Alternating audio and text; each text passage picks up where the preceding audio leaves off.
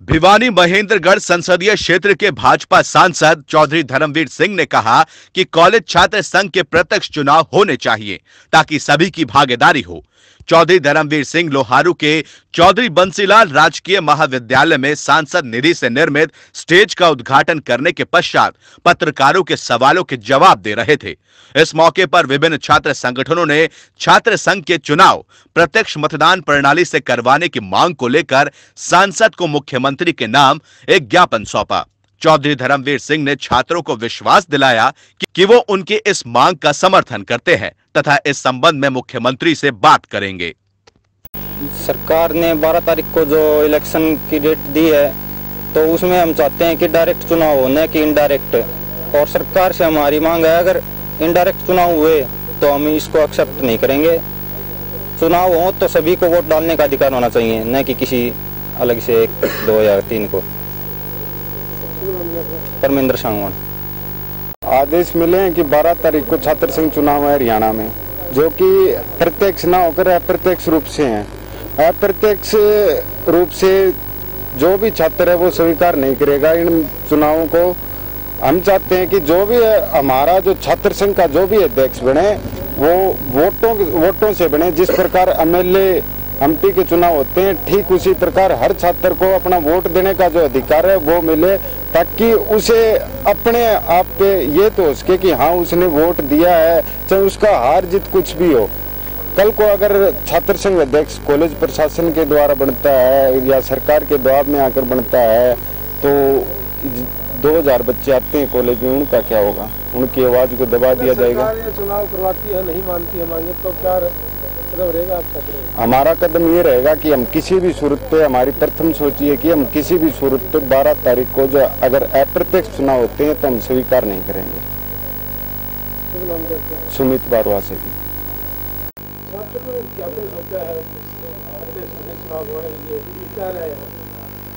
देखो, हमारे समय भी डायरेक्ट चुनाव होते थे। इमरजेंसी से पहले जितने भी चुनाव इस प्रदेश की कॉलेजेस में होते थे या यूनिवर्सिटी में, वो CR से ही प्रेसिडेंट बनाते थे। लेकिन मुझे याद है 1977 में जब पहली बार चुनाव हुए कई सालों के बाद, तो डायरेक्ट चुनाव हुए थे प्रेसिडेंट के। मुझे लगता नहीं कि इस प्रकार के फैसले से क्या फ़ायदा होगा। जब स्टूडेंट चाहते हैं कि हमारा डायरेक्ट चुनाव हो, तो मैं तो ऐसा कहूँ कि चुनाव डायरेक्ट होने चाहिए। हम मुख्यमंत्री जी को भी कहेंगे कि हमने इस पचड़े में नहीं पड़ना चाहिए इनडायरेक्ट वाले में। जब स्टूडेंट ये चाहते हैं डायरेक्ट हो, तो हम क्यों होते हैं? हमने उनकी राजनीति को, उनकी समस्याओं को सुलझाने में, जब वो छात्र संघ बन के तैयार हो जाएगा, जब बॉडी इलेक्ट हो जाएगी, तो डायरेक्ट वाला ज़्यादा प्रभावित है। ऐसा ही स्टूडेंट्स ने मेरे से कहा है। यही बात मैं इनकी तायद करता हूँ और इस बात की सिफारिश मुख्यमंत्री से करूँगा।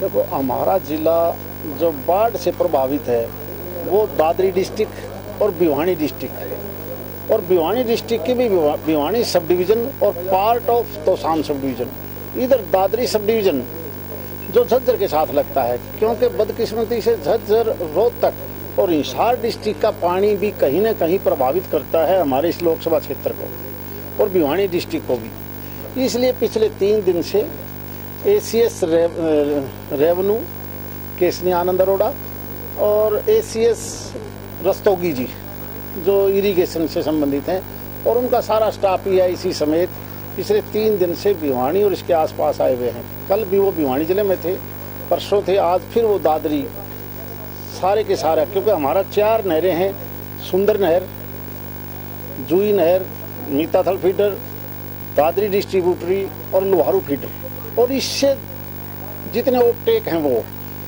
हमने यही प्रशासन को कहा है, अधिकारियों को, कि कम से कम 200 क्यूसेक पानी जुई और मीताथल में डालो, 150 क्यूसेक सुंदर नहर में डालो जो हिसार जिले को भी कनेक्ट करती है, क्योंकि इस सारे का सारा घग्गर ड्रेन में पानी जाता है जिसकी कैपेसिटी कम है, और घग्गर ड्रेन में 700 क्यूसेक पानी नहीं जा सकता। वो मात्र एक जगह तो 70 क्यूसेक की कैपेसिटी बच गई अगर आप रतेरा के पास देखोगे तो। इसलिए संभावना यही तलाशी है कि जुई, मीताथल और सुंदर डिस्ट्रीब्यूटरी, इन तीनों में तकरीबन 200 प्लस 150, 350 पानी तो डालो इन तीनों नहरों में। बाकी का लोहारू फीडर और बदवाना डिस्ट्रीब्यूटरी, साथ में छोटी सी एक बौंद डिस्ट्रीब्यूटरी और कुछ पानी दादरी डिस्ट्रीब्यूटरी जो इधर का है। यहाँ पर भी अभी मेरी बात हुई है, 40 क्यूसेक पानी उठाएंगे, हम डालेंगे इमलोटा के आसपास का बधवाना डिस्ट्रीब्यूटरी में, और लोहारू फीडर में भी जहाँ जहाँ भी हमें पॉइंट मिलेंगे वहाँ अलग से हम वीटी पंप लगाना चाहते हैं, ताकि वो क्षेत्र के अंदर हम गेहूं की बिजाई करवा सकें। हमें उम्मीद है कि 15-20 दिन में ये पानी निकल जाएगा।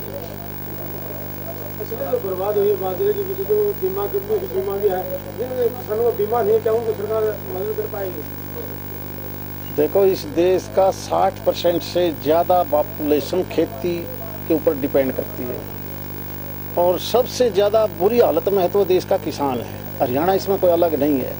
एमएसपी का रेट बढ़ाने के बाद भी किसान अपनी फसल का पूरा फायदा नहीं उठा पाता, और इस बार की फसल में तो चाहे वो कपास है, बाजरा है, गवार है, और क्योंकि हमारे यहाँ जीरी होती नहीं, चाहे वो जीरी की बेल्ट है, 70% से भी ज़्यादा नुकसान है हमारी इस लोकसभा क्षेत्र में। जिन लोगों ने केसीसी बनवाए थे उनको तो बीमा कंपनी कवर कर लेंगी, लेकिन जिनकी केसीसी नहीं है यानी बीमा नहीं है, हमने सरकार से यही प्रार्थना की है, माननीय मुख्यमंत्री जी को भी, कि उनकी भी अलग से गिरदावरी करवा के उनकी भरपाई की जाए, वरना अगर यही हालात रहे तो हमारे लिए बड़ी मुश्किल हो जाएगी।